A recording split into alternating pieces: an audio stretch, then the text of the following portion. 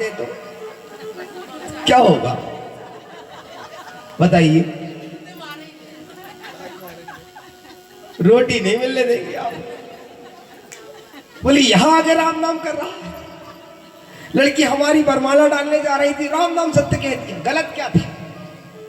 भगवान का नाम जितना सत्य है। अब भोलेनाथ चले आ रहे थे और चलते हुए उन्होंने और उस मुर्दे के पीछे और वो चले जा रहे थे सब यात्रा, और सब पीछे से मखाने फेंक रहे थे और सब कहते जा रहे थे राम नाम सत्य है, सबकी यही गत्य है, राम नाम सत्य है। भोलेनाथ ने सुना, अरे हमारे प्रभु का नाम लिया जा रहा है, हाँ जरूर राम जी होंगे इसमें। तो राम की खोज में तो दिन भर लगे रहते भोलेनाथ, और चल पड़े सब यात्रा के पीछे। जला दिए, फूंक दिए उसे, सभी उठ करके चलने लगे। भोलेनाथ सोची ये तो सब कुछ देर पहले बहुत ही वैराग्य पूर्वक बात कर रहे थे, अरे बड़ा अच्छा आदमी था, भला आदमी था, कभी किसी का गलत नहीं किया, इतनी धरा संपत्ति छोड़ करके चले गया, एक क्षण में आ गई। भैया क्या बताएं आपको, रात भर का भी मौका नहीं दे पाए पटेल साहब और चल पड़े। और उसको संस्कार फूके समय नहीं लगा और सभी अपनी अपनी माया में पुनः लिप्त हो गए। भोलेनाथ सोचे मैं तो भी राम नाम के पीछे आ गया था, यहाँ यह तो सब अपनी अपनी माया की व्यथा कथा सुनाने लगे। तो पुनः वे उसी शमशान भूमि पर पहुंचे। देखा तो जब तक वह शब्द मुर्दा था वो भस्मीभूत होकर के राख का ढेर में परिवर्तित हो गया। भोलेनाथ वहीं बैठ गए।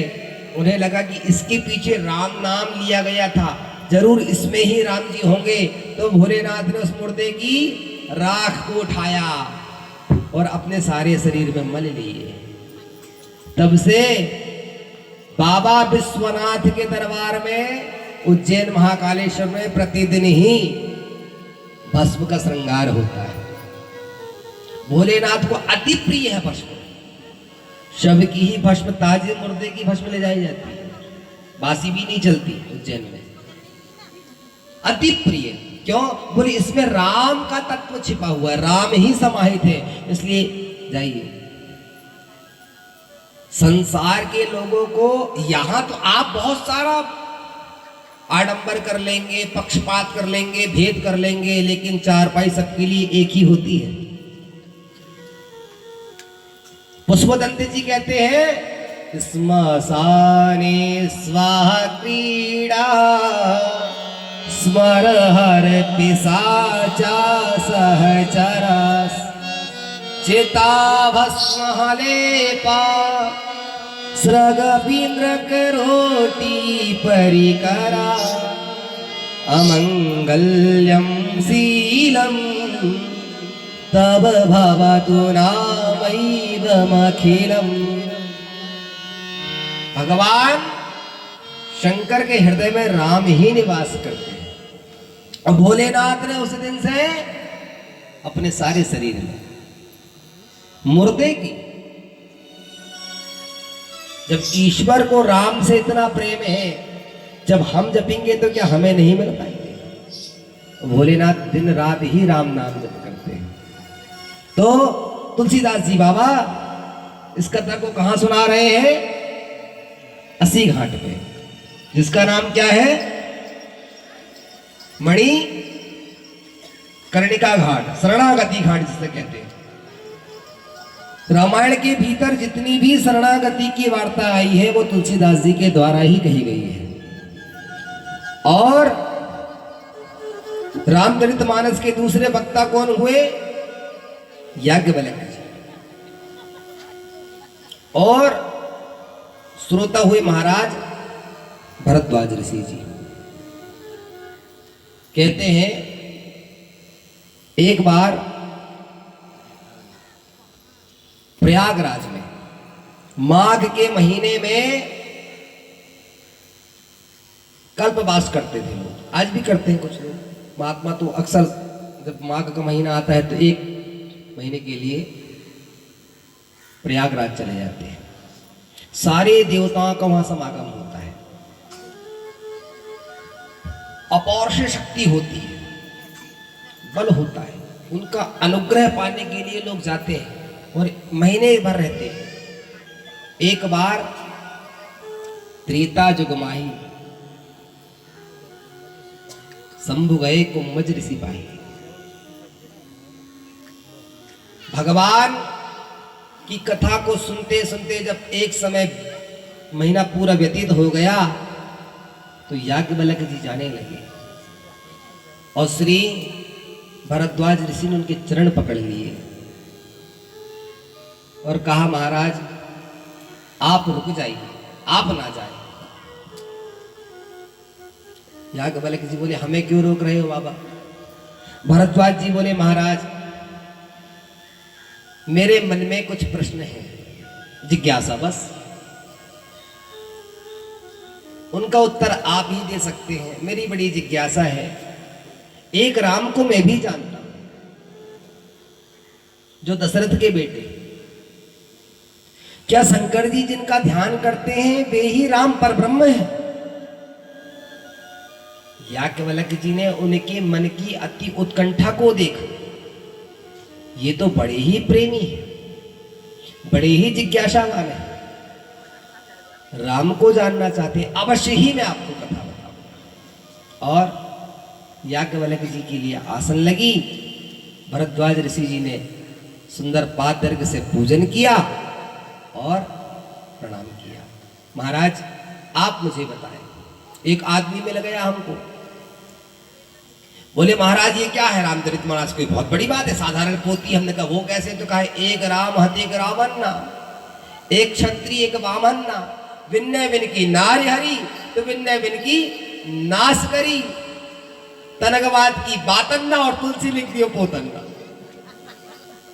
हमने कहा भाई ये आपका भाव हो सकता है? ये साधारण ग्रंथ थोड़ी है, सभी शास्त्रों का सार है और सार ही ग्रहण करता है। 1000 पशु पक्षी होंगे और अनगिनत होंगे, लेकिन भगवान ने जो अनुग्रह की कृपा हंस पर करी है वह दूसरे पक्षी पर नहीं करी। कैसे? कौवा को के सामने आप दूध में पानी मिला करके रख दीजिए, वो विलग नहीं कर पाएगा। और हंस महाराज आएंगे 2 सेकंड में बता देंगे इसमें कितनी मात्रा में पानी मिला हुआ है। बोले रामचंद्र भगवान की।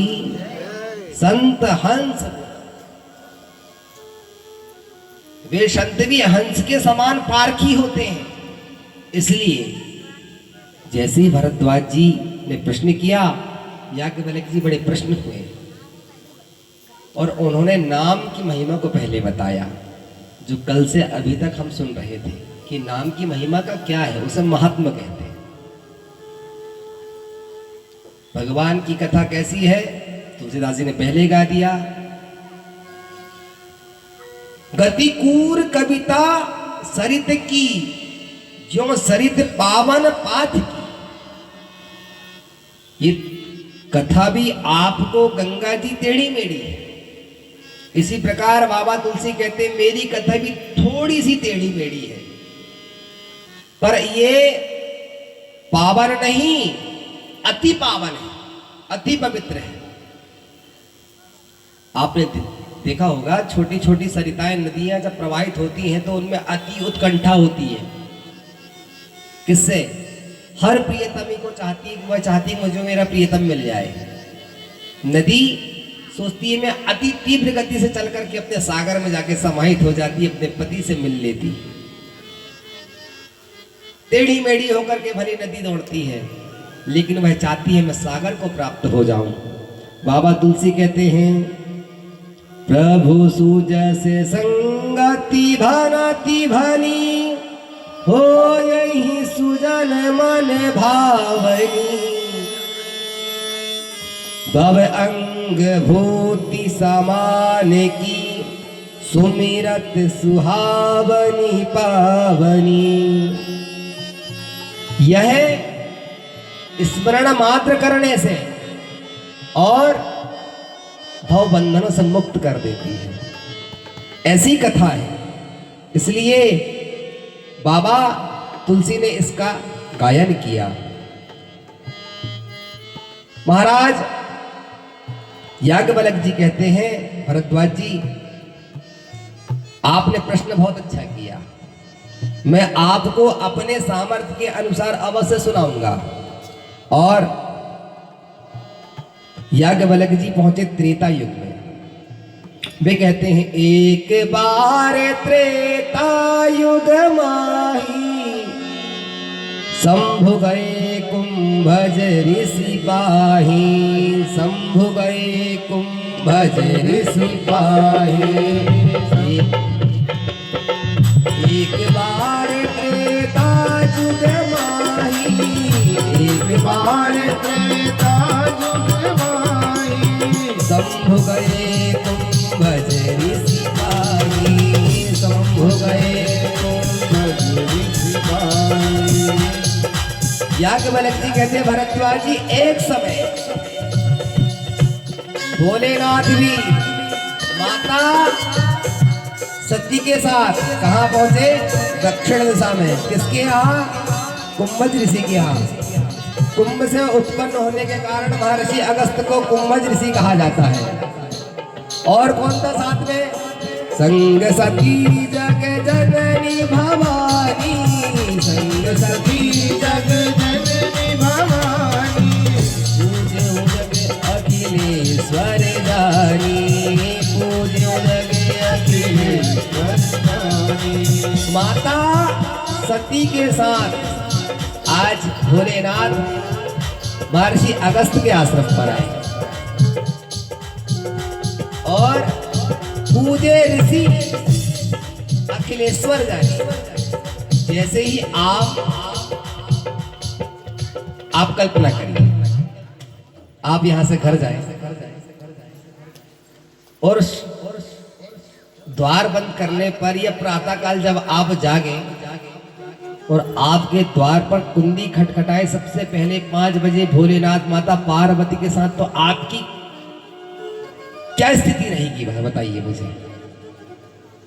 जिनका हमने नाम सुना, जिनकी कथा सुने, वे परमात्मा हमारे सामीप्य खड़े हुए, आपका हृदय कैसे हो जाएगा जानते हैं आप?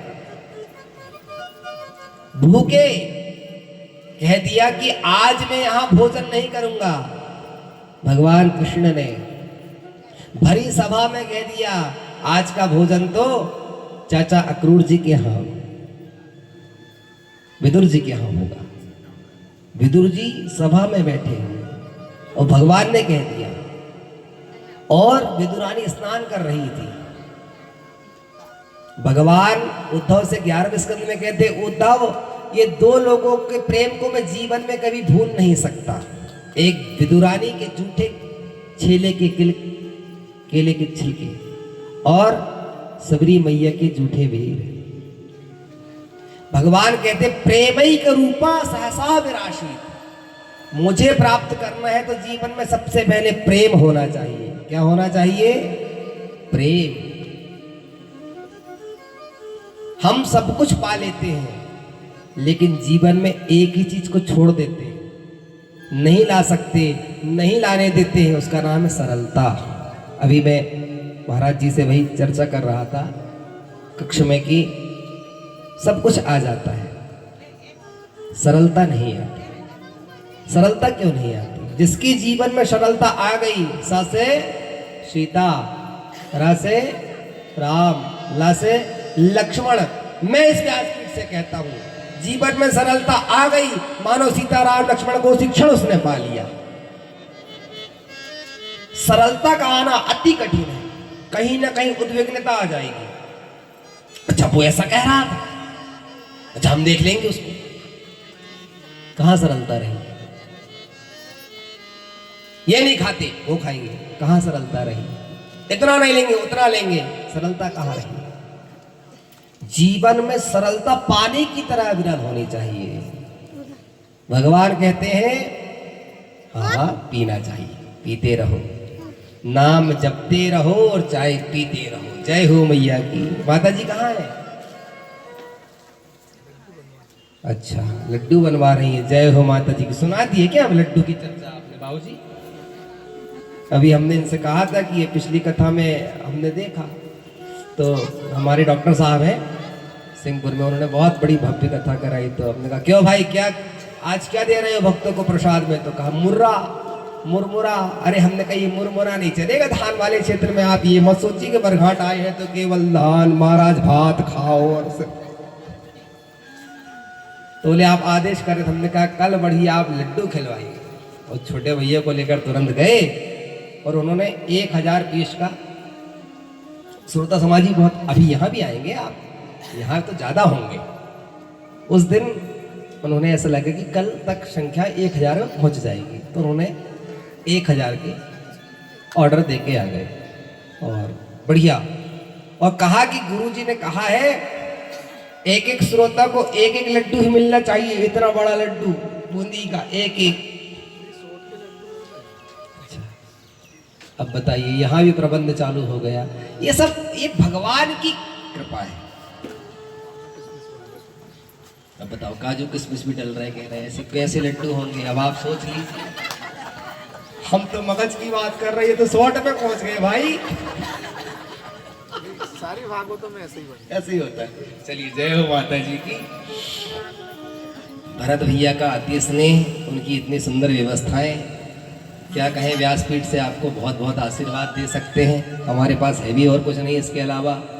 पर ये कहेंगे कि आपने आज तो द्वितीय दिवस ही हुआ है, अभी तो और 7 दिन है, लेकिन मन बड़ा गदगद है।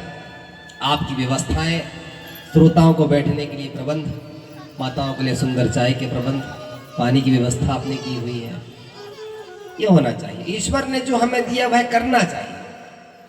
महाराज बड़े बड़े लोगों की गठरीने की गांठ नहीं खुल पाती है और धरा का धरा रह जाता है, तिनका नहीं जाता।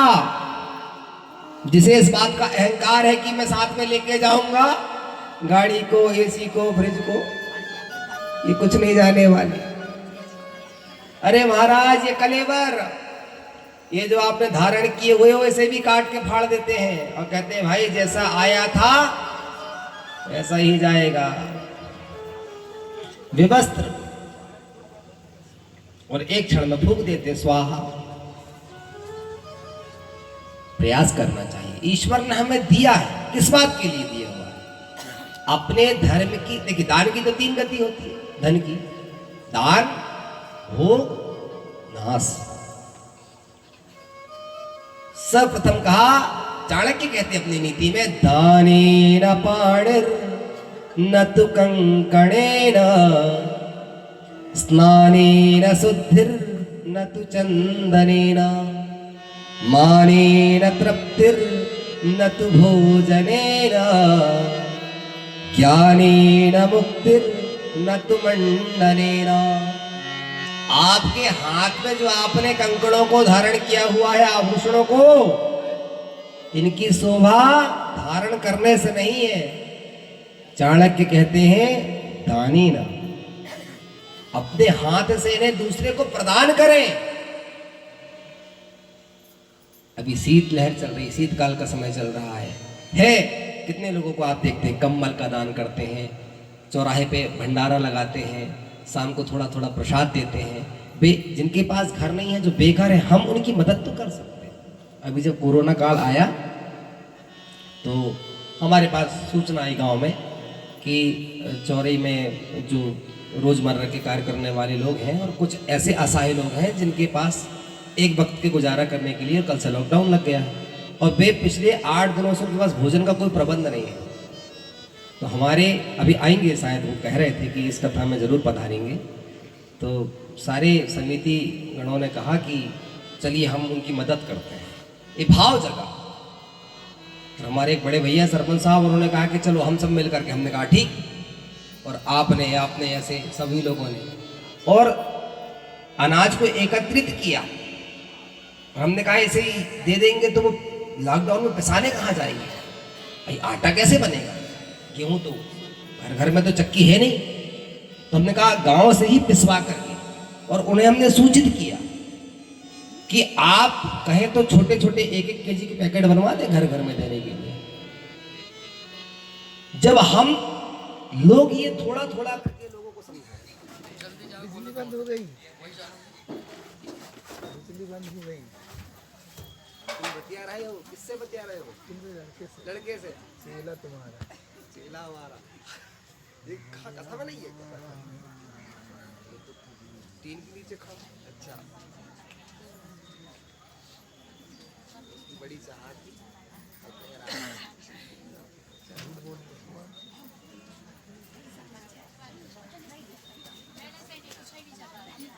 मैं स्कूल का हादसा देख रहा था कि वीडियो कॉलिंग होते रही है, तो किससे हो रही है ये भी नहीं कंफर्म कह सकते भाई। नहीं क्या चल रहा है? अच्छा अच्छा, नहीं मौज है, कितनी मौज चल रहा है सर। तो बाबा ने बात किया भैया ने आपके फोन की बात।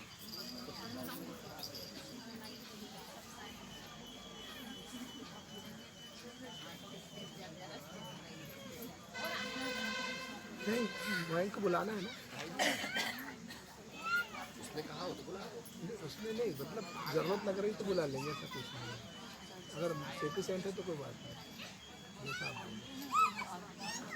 बेन जो रहता तो अलग हो मिलने वाले खाली बैठे है तो बुला लो, क्योंकि क्या है ये, मतलब एक ही इंस्ट्रूमेंट डबल लगे अच्छा नहीं लगता। हाँ? ये सूरज नहीं तो अपन उसको बोल देंगे निहाल। एक बार इससे बात कर लेना आप, उससे बात होगी, उसको ऐसा ना करो। हाँ मैं अंक से यदि वो कहता है कि रहेगा तो सवाल नहीं रहेगा, तो मैं कहीं और से भी आता हूँ या मैं नहीं आ पाऊँगा। मैं शाम को बात करता हूँ। बुरा भी ना लगे, अपने ही बंदा है, नहीं भाई बुरा लगे ना लगे। अरे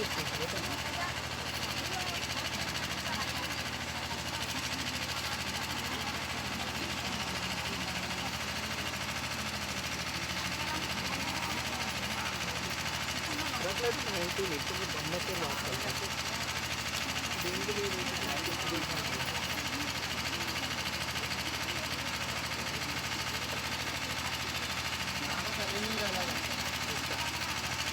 साउंड का पावर नहीं डाला बोल रहा।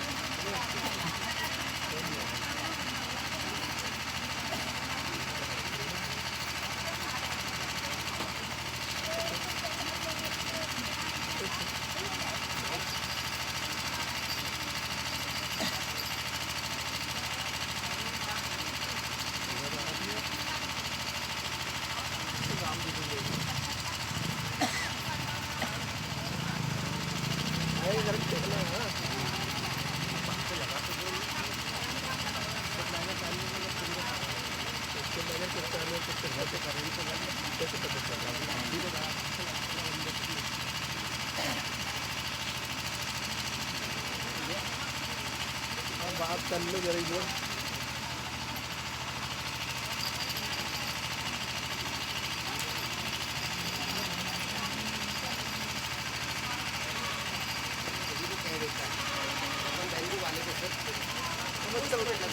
उससे बात कर लेते, नहीं तो मैं उसे बुला लेंगे, वो भी उसमें ही बनना है। पर एक इंस्ट्रूमेंट दो रहेंगे ना।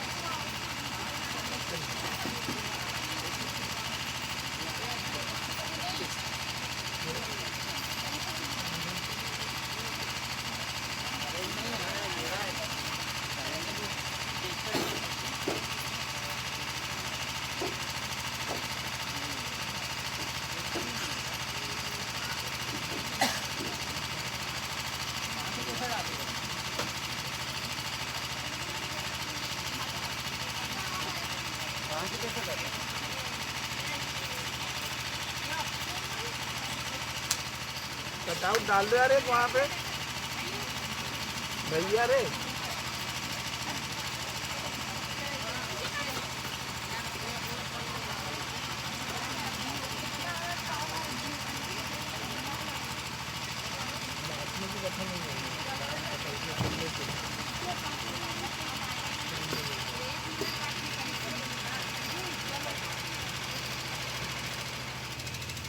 जल्दी से आ गई ना।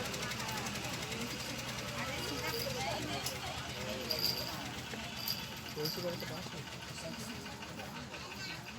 एज कितनी है? कभी छोटा सा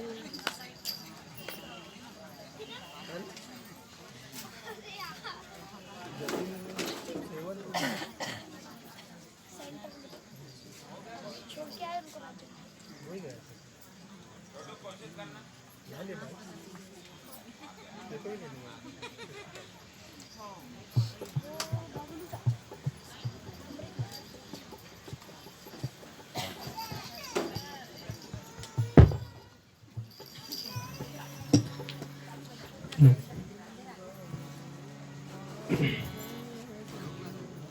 श्री राधे।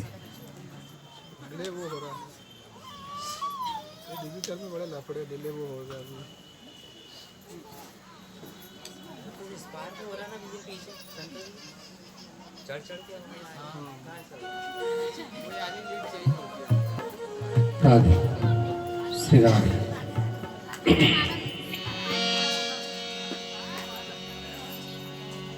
श्री राम जय राम जय जय राम। श्री राम जय राम जय जय राम। श्री राम जय राम जय जय राम। श्री राम जय राम जय जय राम। श्री राम जय राम जय जय राम। श्री राम जय राम जय जय राम। श्री राम जय राम जय जय राम। श्री राम जय राम जय जय राम। श्री राम जय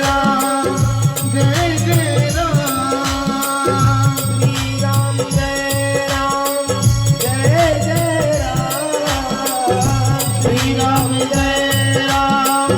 जय जय राम। श्री राम जय राम जय जय राम। श्री राम जय राम जय जय राम। श्री राम जय राम जय जय राम। श्री राम जय राम जय जय राम। श्री राम जय राम जय जय राम।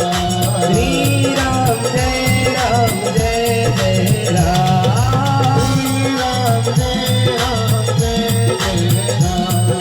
श्री राम जय राम जय जय राम।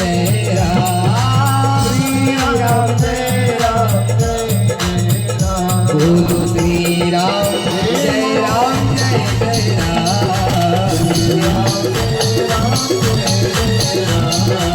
श्री राम जय राम जय जय राम। श्री राम जय राम जय जय राम। जय जय राम जय जय राम। जय जय राम।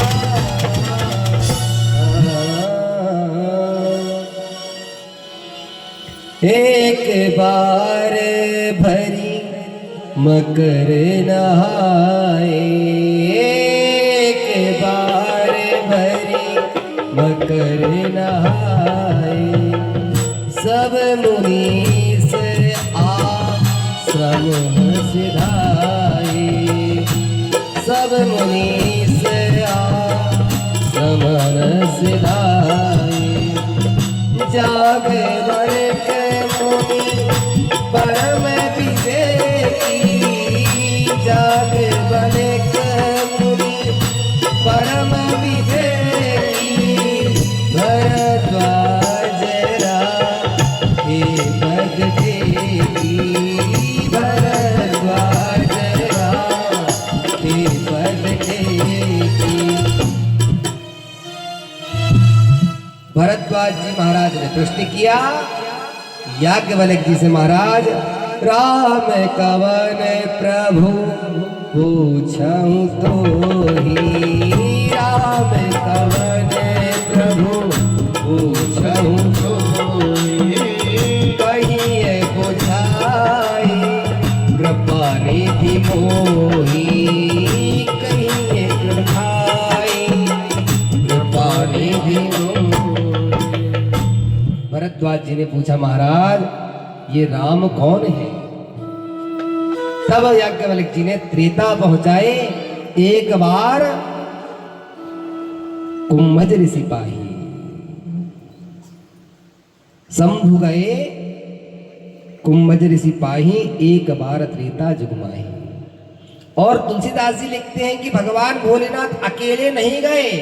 दूसरी चौपाई पढ़िए, संग सती जग जननी भवानी। सती बेटी और जग जननी भवानी मां अंबिका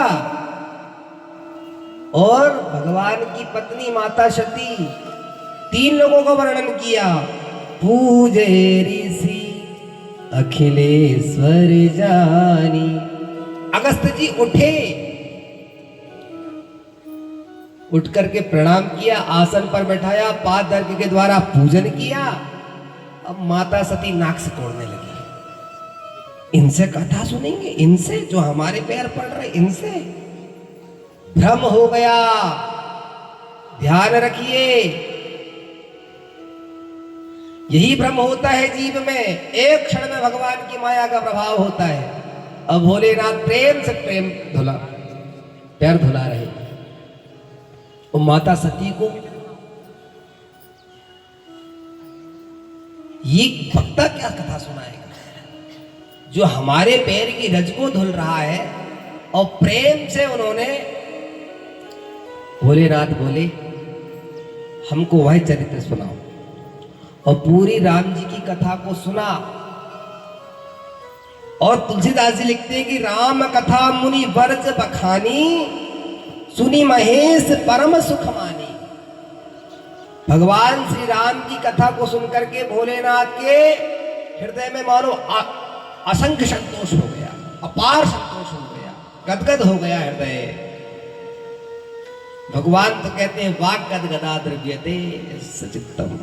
मेरी कथा को सुनकर के जिसका गला भर आए, जिसकी वाणी अवरुद्ध हो जाए, जिसके पैर थिरकने लगे, जिसके हाथ तालियां बजाने लगे, ऐसा भक्त तो तीनों लोकों में मुझे दुर्लभ होता है। यजमान जी को कहिए चाय हो गई होगी तो इधर आ जाए। आपका आसन यहाँ है राजा जी, उधर कुर्सी पर नहीं बैठ सकते आप, कमिंग इधर आइए। ऐसे कैसे हो जाएगा? भाभी जी को छोड़ के आप उधर बैठे हैं भाई।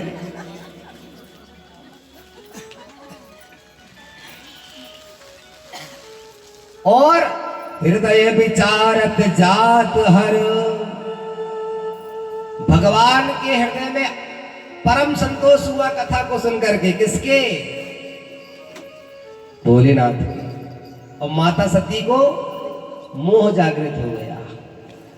तो यहां शब्दकोश बदल गए बाबा तुलसी के। देखिए शब्द में जाइए, मुनि सन वेदा मांगी त्रिपुरारी, मुनि संग वेदा मांगी त्रिपुरारी, मुनि संग वेदा मांगी त्रिपुरारी, चले भवन संग दक्ष कुमारी, चले भवन संग दक्ष कुमारी, चले भवन संग दक्ष कुमारी।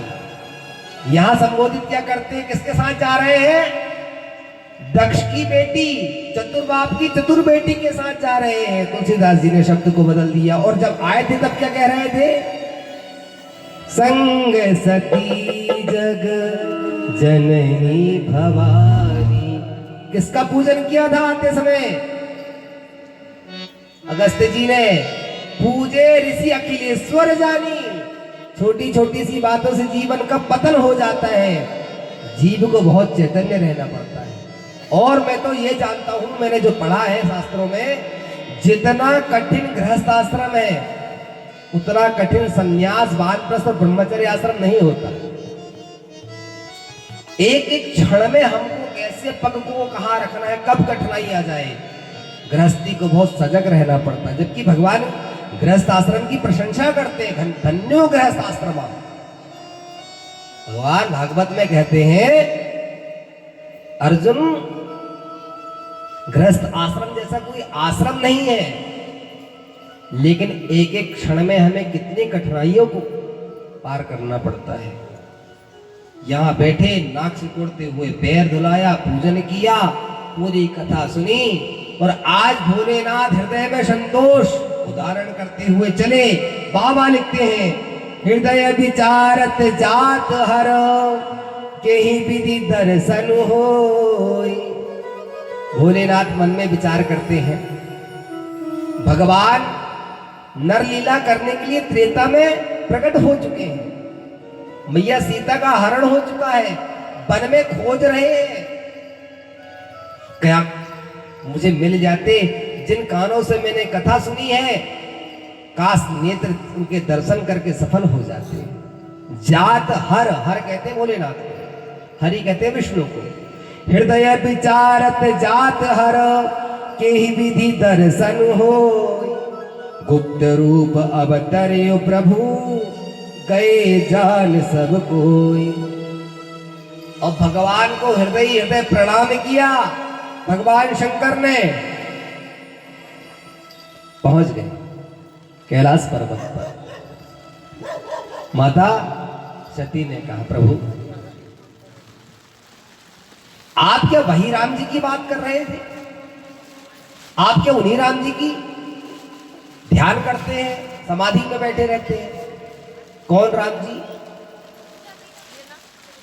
जो अभी अभी अपनी पत्नी के लिए वन वन में फिर रहे हैं। और माता सती परीक्षा लेने के लिए चली गई। हम कीर्तन करा के अभी कथा को कुछ देर के लिए रोक देते हैं, इतनी ज्यादा बारिश नहीं आ रही है, लेकिन आपको ऐसा लगता है तो आप यहाँ आ जाएं अथवा आप सुरक्षित व्यवस्थित हो जाएं, लेकिन उठ के कोई कथा से ना जाए। आप ऐसे कथा से जाएंगे तो आपके पीछे हम और हमारे पीछे आप। बोले चाय मिल गई, लड्डू मिल गया, पकौड़े कचौड़ी हो गई, फिर हम छूछू वाली कथा सुनाने लगेंगे, ये कथा रह जाएगी। फिर सोच लो। तो माता सती को मोह जागृत हो गया और भोलेनाथ से कहती हैं, राम सच्चिदानंद दिनेशा, राम सच्चिदानंद नहीं कहे मोह निसाल विलेसा, नहीं कहे मोह निसाल विलेसा। महाराज, क्या आप उन्हीं सच्चिदानंद घन राम का ध्यान करते हैं? भोलेनाथ ने बहुत समझाया, मैं नहीं मानती, ये राम हो ही नहीं सकते। जो अपनी पत्नी के लिए वन वन में फिर रहा है वो राम सच्चिदानंद कैसे हो सकता है? माता सती को बार बार समझाने पर जब नहीं मानी तो भोलेनाथ कहते हैं, जैसा आपको अच्छा लगे आप ही जाकर के देख लीजिए। और भोलेनाथ ने बार बार समझाया, लेकिन माता सती नहीं मानी और वे स्वयं ही परीक्षा लेने के लिए चली गई। और जैसे ही पहुंची वहां जाकर के तुलसीदास जी कहते हैं, आज माता ने, सती मैया ने सीता मैया का रूप धारण कर लिया और राम जी अपने अनुज लक्ष्मण जी के साथ माता सीता की खोज कर रहे हैं। क्या कहते हैं? हे खग है व्रत मधुकर श्रेणी, हे खग है व्रत मधुकर श्रेणी, तुम देखी सीता व्रत नैनी, तुम देखी सीता व्रत नैनी। ये तो पत्नियों को खोज रहे हैं, रोते जा रहे हैं, बिलक रहे हैं। ऐसे आर्तभाव से पत्नी के कोई बिलकता है? अच्छा अवसर है। माता सती भैया सीता का रूप धारण करके एक वृक्ष के नीचे बैठ गई। लक्ष्मण जी ने देखा हम सीता मैया को पुकार रहे हैं, बंदरों से लता पत्रादि इत्यादि से पूछ रहे हैं, और ये सती मैया को क्या हुआ है? सीता जी पहले लक्ष्मण जी पहचान गए, लेकिन जब हमारे सामने कोई बड़ा होता है तो मर्यादा होती है, अपने आप को शांत रखना चाहिए। लक्ष्मण जी ने वही संस्कार का परिचय दिया। लक्ष्मण जी शांत रहे। राम भैया तो है आगे, राम भैया नहीं देखेंगे, जब मैंने देख लिया तो क्या राम जी नहीं देखेंगे? और सती मैया जो सीता का भेष बना करके बैठी हुई थी वृक्ष के नीचे, जैसे देखा तो राम जी ने प्रणाम किया। ओहो मैया, इस घनघोर वन में आप अकेली कैसे बैठी हैं? अब भोलेनाथ कहाँ है? जो सुना सती मैया ने हक्की बक्की छूट गए महाराज। और आप सीता का रूप धारण करके क्यों विचरण कर रही हैं? देख ना सके, नजरें ना मिला सके, दिल मिला उठी, शरीर पसीने लथपथ हो गया। मैं जिसे साधारण राम समझ रही थी, भोलेनाथ ने कहा था राम सच्चिदानंद दिनेशा, वे साक्षात सच्चिदानंद घन परमात्मा ही है। वृषकेतु कहाँ है पूछा, नहीं बता पाई, कुछ बोल नहीं रही है, वाणी मानो अवरुद्ध हो गई है। राम जी को प्रणाम किया, चलने लगी। राम जी समझ गए मेरी परीक्षा लेने आई हुई थी। माता सती जिधर देखती राम लक्ष्मण भरत शत्रुघ्न सहित सब परिकर सहित माता सती को दसों दिशाओं में भगवान श्री राम अपने परिवार के साथ दिखाई देने लगे। जिधर देखती सती वहीं पर राम लक्ष्मण दिखाई देते।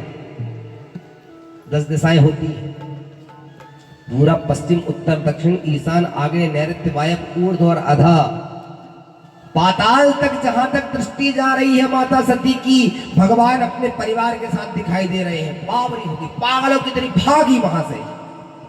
माता सती आकर के प्रणाम करके भगवान भोलेनाथ समाधि अवस्था में बैठे हुए हैं। और भगवान का स्वरूप कैसा है? वेद भगवान कहते हैं भोलेनाथ कैसे हैं?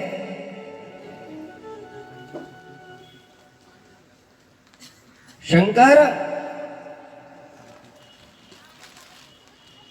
संख्येन द्वावमतीव सुंदर तनुम शार्दूल चरमामृतम काल ब्याल कराल भूषण धरम गंगा शशांक प्रियम। वो गंगा और वक्र चंद्रमा को धारण करने वाले भोलेनाथ समाधि में बैठे हुए हैं। माता सती हाथ जोड़ करके खड़ी। जब नेत्र खुले तो शंकर सम्मुख आसन दीना। भोलेनाथ ने जो वाम भाग में पत्नी को बैठाला जाता है, आज उस आसन को सामने कर दिया, बाजू में नहीं बैठाला। कहां से आ रही हो?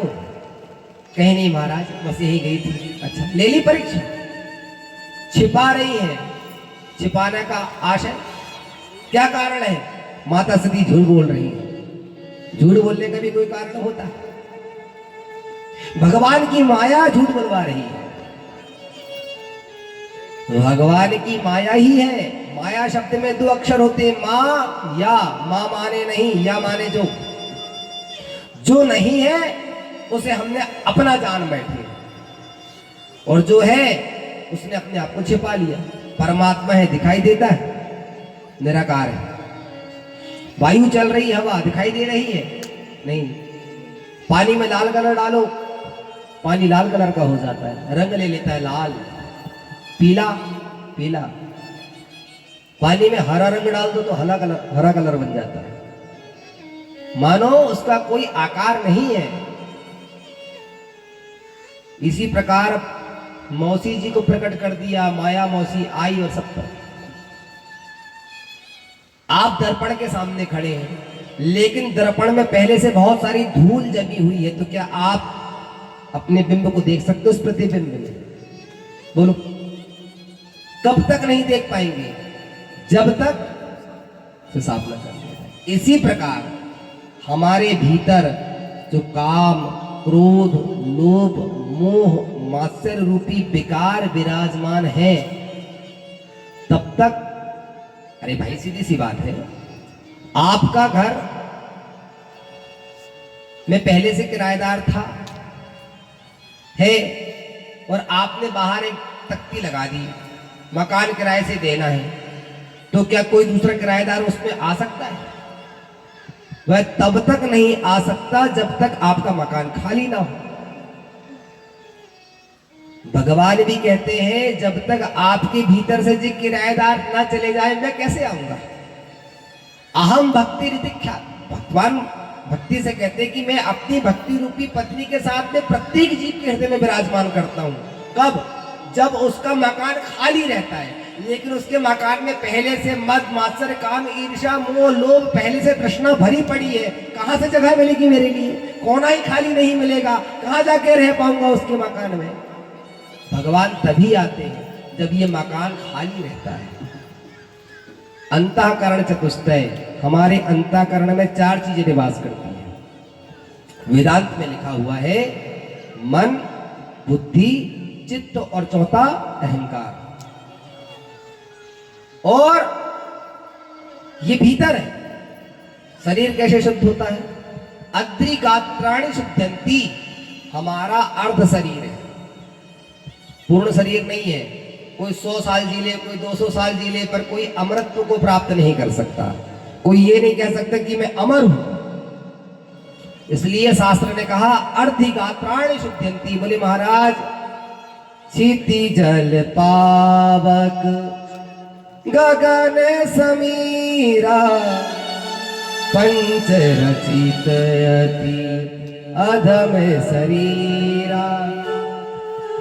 यह पंचभूत तत्वों से निर्मित शरीर तो है, लेकिन पूर्ण नहीं है, इसे अधम ही कहा गया है। शुद्ध कैसे होगा? तो मिट्टी, जल, साबुन इत्यादि से हम अपने आप को शुद्ध कर लेते हैं। और भगवान को आप 5 प्रकार से स्नान कराते हैं, जल से, दूध से, दही से, घी से, शहद से, शर्करा से। ये भगवान के उपटन है, उनके लिए ये व्यवस्था बनाई गई। उनके साबुन शैम्पू ये है, और हमारे लिए तो फिर एक से एक आ गए हैं। पतंजलि ने निकाल दिया स्क्रब और ये और वो, और बोले ये नहीं महाराज निव्या का अच्छा होता, ये लगा लो गोरे हो जाओगे। अरे भाई, कौवा को आपने चूने से लेपित कर दिया और उसको पुनः उसमें जाकर डुबकी लगाया तो फिर जो करते हो तो क्या लगा? अपने राम को जैसे वैसे अच्छे। तो हमारी व्यवस्था अलग है। तो ये बाहरी शरीर है, इस बाहरी शरीर को शुद्ध करने के लिए मिट्टी, जल, साबुन, शैम्पू इत्यादि हैं। इसके भीतर जो है उसको शुद्ध कैसे करेंगे? इसके भीतर क्या है? बोले मन। शरीर के भीतर क्या है? मन। वह मन कैसे शुद्ध होगा? मना सत्येन शुद्ध्यति, मन सत्यता से शुद्ध होता है। जब तक सत्यता नहीं आएगी मन शुद्ध होने वाला नहीं है। अच्छा, और उसके भीतर आत्मा है।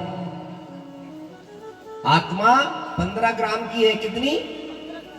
अमेरिका वालों ने रिसर्च किया, 15 लोग मरने वाले थे, सबका माप किया। कोई 80 केजी का, कोई 70 का, कोई 82 का, कोई 100 किलो का, रहा होगा 150 का। और जब वो क्रमशः 15 व्यक्ति मरे तो आप जानते हैं उनमें वेट कितना कम हुआ? वजन सिर्फ 15 ग्राम। इससे ये पता चलता है कि हमारी बॉडी को चलाने वाला जो छोटी सी चिप कार्ड है आत्मा, उसका माप कितना है? इतना तो वायु का होता है महाराज। क्यों भरत भैया? कांटे को चालू किए, पंखा चलता है तो फैन के चलते ही कांटे 15 ग्राम तक पहुंच जाता है। नैनं छिन्दन्ति शस्त्राणि नैनं दहति पावका। उस आत्मा को ना अग्नि जला सकती, ना शस्त्र काट सकती, ना वायु उड़ा सकती। उसका माप सिर्फ 15 ग्राम का है। और जिसके पीछे हमको इतना अहंकार हो जाता है। और बुद्धि महाराज तो कहा बुद्धि ज्ञानेन शुद्ध्यति। बुद्धि शुद्ध होती है ज्ञान आने पर, और अहंकार आ गया, मोह जागृत हो गया। यही माया है। मां माने नहीं, जो नहीं था उसको हमारे सामने रख दिया। दुकान कितने वर्ष तक चलेगी? मकान कितने वर्ष तक चलेगा?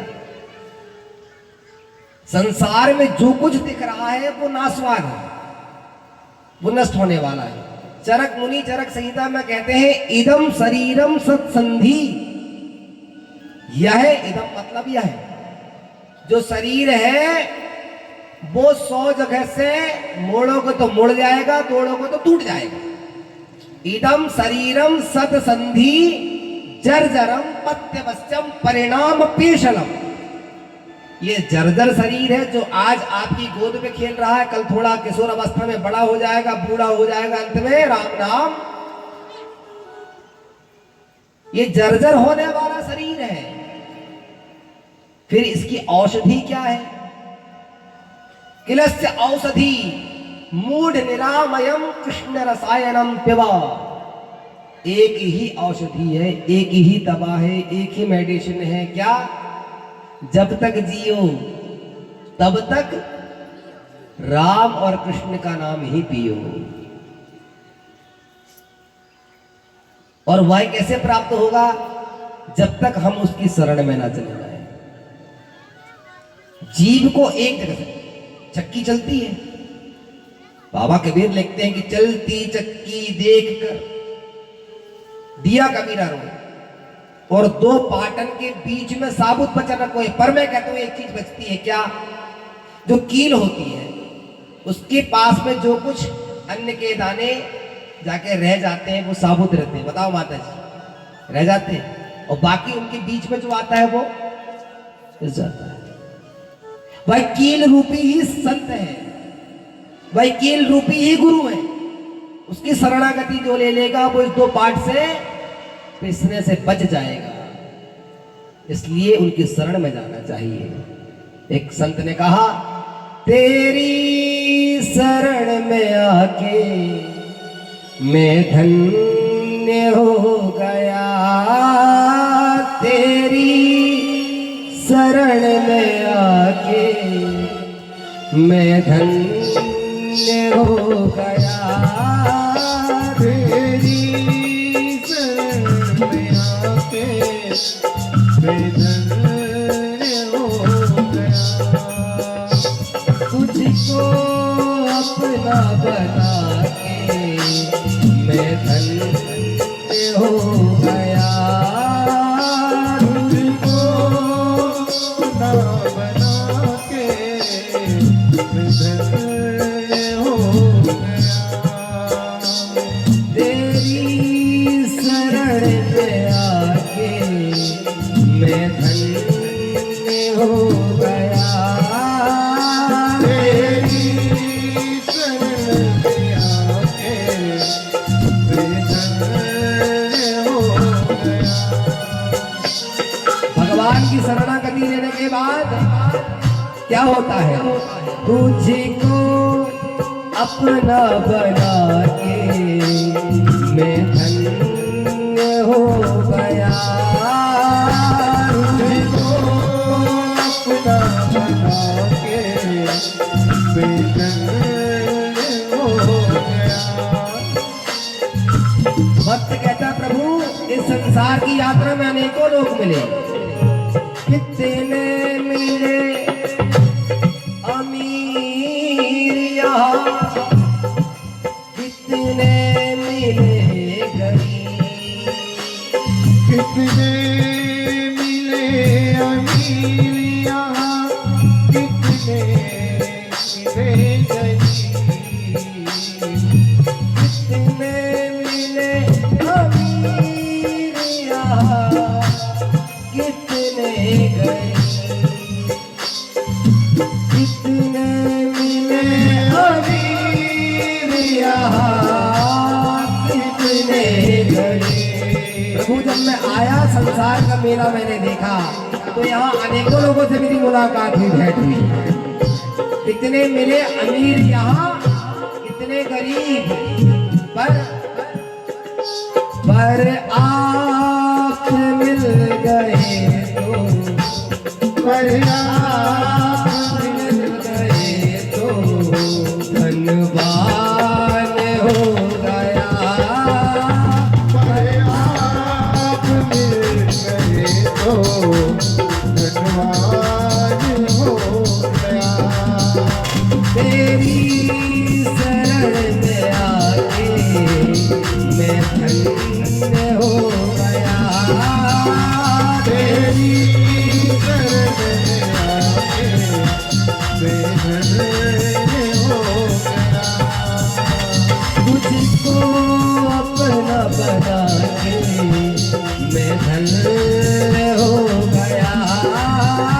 तुझको अपना बना के बेधन हो गया।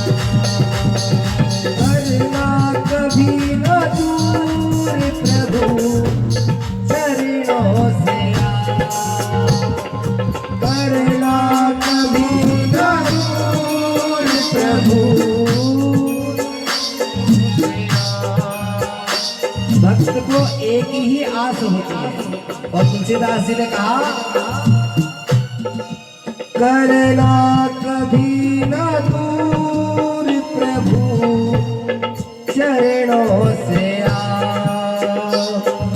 करना कभी न दूर प्रभु चरणों से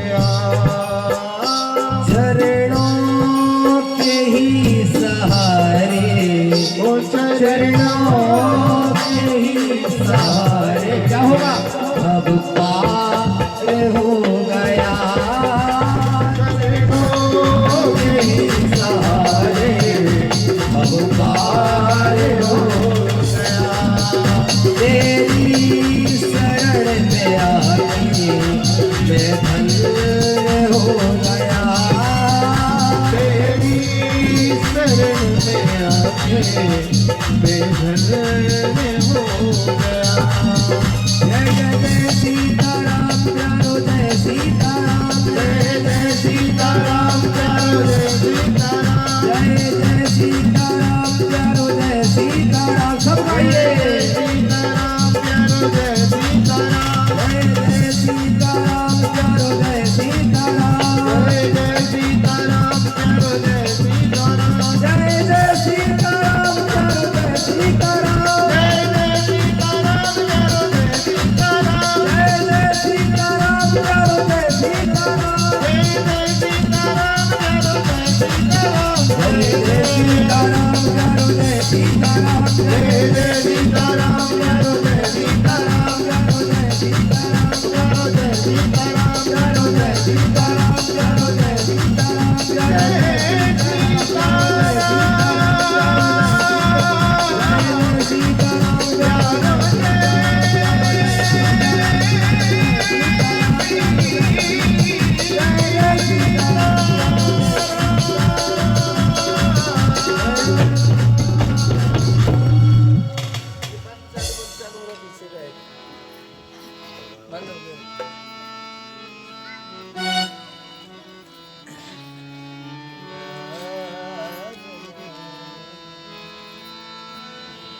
तेरी शरण में आके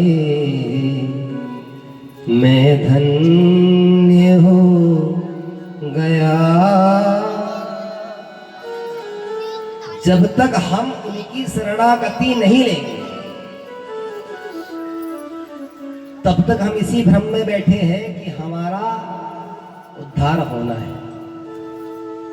इसलिए जीवन में सद्गुरु की आवश्यकता पड़ती है, इसलिए जीवन में संत की आवश्यकता पड़ती है, इसलिए माता पिता का कहना मानना चाहिए। जो व्यक्ति बड़े बुजुर्गों की सेवा करता है, जो माता पिता की सेवा करता है, जो उनके वचनों को मानता है, उनके जीवन में रोज ही 4 चीजें बढ़ती है। क्या? आयुर्विद्या यशोर्बलम चत्वारि तस्य वर्धन्ते नित्यम वृद्धोपसे विना। जो बड़े बुजुर्गों की सेवा करता है, 4 एक नहीं, आयु, जल्दी मरने वाला भी होगा तो नहीं मरेगा। ये मैं नहीं, ये शास्त्र का वचन है। पहला आयु, दूसरा यश, जीवन में बार बार कलंक लग रहा है तो वह अपयश उसे नहीं मिलेगा, क्योंकि उसने भगवान की शरणागति ले ली है, गुरु की शरणागति ले ली है, माता पिता का कहना मान रहा है। अब दोबारा जीवन में अपयश नहीं मिलेगा। और विद्या, मेधा, जिनकी बुद्धि क्षीण होती है बार बार, यदि वे भी गुरुजनों की, माता पिता की सेवा करते हैं तो उनकी बुद्धि क्षीण नहीं होती, वे अति मेधावान हो जाते हैं, मेधावी छात्र हो जाते हैं। चत्वारि तस्य वर्धन्ते आयुर्विद्या यशोर्वलम, सभी प्रकार के बल उसके पास चले आते हैं। ये रोज होता है, एक दिन नहीं। इतना मात्र कर लेने से राम जी क्या करते, प्रातः उठते तो सबसे पहले मात पिता गुरु ना वही माथा, संस्कार बताने पड़े, सिखाने पड़े। यूरोप हमसे ज्यादा भजन कर रहा है, आपको पता होगा। यूरोप के लोग हमसे ज्यादा शिव और राम कृष्ण की भक्ति करते हैं, वो नित्य गलियों में चलते हैं। हम लोग तो कीर्तन करने में डरते हैं, हम लोग तो ताली बजाने में शर्म आते हैं, और वो लोग सर्वस्व त्याग करके हरे राम हरे कृष्ण कृष्ण।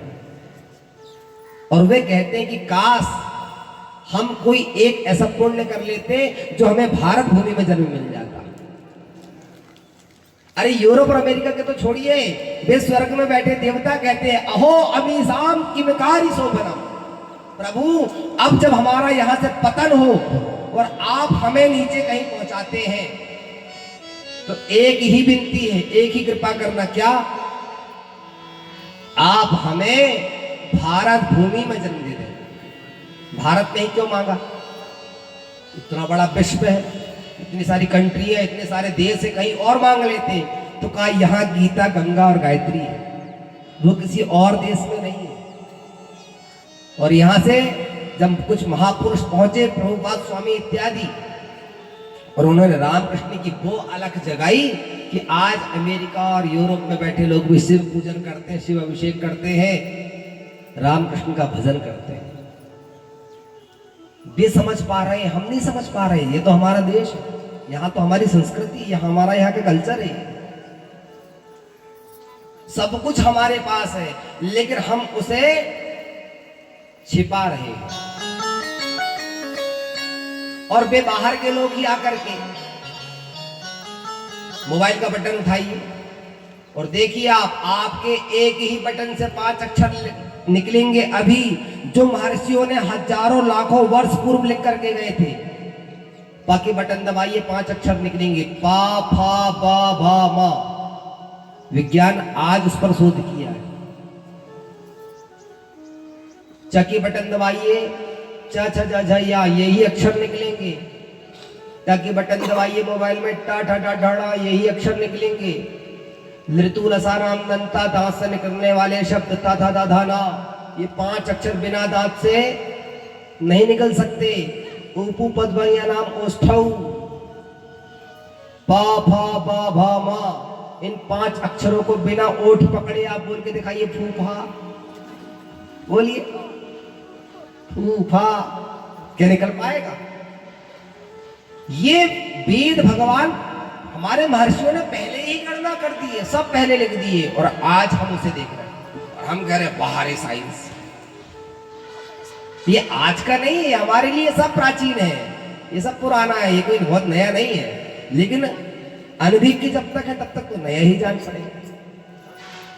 इसलिए शरणागति का हमें सत्संग करना चाहिए। जीवन में अनेक प्रकार की सारी बातें, जीवन के जन्म से लेकर के मृत्यु पर्यंत तक की शिक्षा देते हैं धर्मशास्त्र। आयुष प्रांग यशो भूत्वा, पूर्व की दिशा में मुंह करके भोजन करने से आयु की बढ़ोतरी होती है। जल्दी मरने वाला यदि पूर्व की दिशा में मुंह करके भोजन करता है, जिधर से सूर्य नारायण निकलते हैं, उसकी जल्दी मृत्यु नहीं हो सकती। अब बताइए, श्रिया पलंग मुखो भूत्वा, पश्चिम की दिशा में मुंह करके जो व्यक्ति भोजन करता है उसको लक्ष्मी की प्राप्ति होती है। जिसके पास धन की कमी है वो पश्चिम की दिशा में मुंह करके भोजन करे तो उसे लक्ष्मी की प्राप्ति हो जाती है। उत्तर की दिशा में जो व्यक्ति मुंह करके भोजन करता है, आसिक यजुर्वेदनम मुखा, उसका जीवन आरोग्यता पूर्वक होता है, रोगी नहीं होता। हमारे शरीर में रोग बहुत आते हैं क्योंकि शरीर रोग का ढांचा है। अभी नहीं आएगा, बुढ़ापे में आएगा। बड़े बड़े महर्षियों को भगंदर जैसे रोग भगवान आद्य शंकराचार्य को नहीं छोड़ा, महर्षि रामकृष्ण परमहंस जी महाराज काली के भक्त हुए, काली की गोद पे जाके रोज बैठते थे, इतना लाड़ लड़ाती थी और माँ काली से रोज ही प्रत्यक्ष दर्शन होते थे। उनको कैंसर हुआ। तो ये शरीर है, जर्जरे पत्यवश्यम, ये जर्जर होना निश्चित है, इसकी बहुत ज्यादा इसकी गुण करें। पूर्व की दिशा में मुंह करके भोजन करने से आयु में बढ़ोतरी होती है, पश्चिम दिशा में मुंह करके भोजन करने से लक्ष्मी की प्राप्ति होती है, उत्तर की दिशा में मुंह करके भोजन करने से शरीर में रोग नहीं होता, और दक्षिण की दिशा में मुंह करके भोजन करने से अपयश की प्राप्ति, यश बढ़ता है, अपयश नहीं मिलता। बार बार जीवन में कलंक लग रहा है, इस दिशा में मुंह करके भोजन मत करिए, आपको अपयश नहीं मिलेगा, रुकावटें नहीं आएंगी, बाधाएं नहीं आएंगी। सिगरेट के नीचे लिखा रहता है यह स्वास्थ्य के लिए हानिकारक है। इसी प्रकार शास्त्रकार ने कहा, जब तक माता पिता जीवित रहते हैं, कौन? माता पिता, तब तक उस व्यक्ति को दक्षिण दिशा में मुंह करके भोजन नहीं करना चाहिए। यह शास्त्र का निवेदन है। 3 दिशाओं में आप कर सकते हैं। नॉर्थ अमेरिका का व्यक्ति बस उत्तर दिशा में सिर करके सो सकता है, पूरे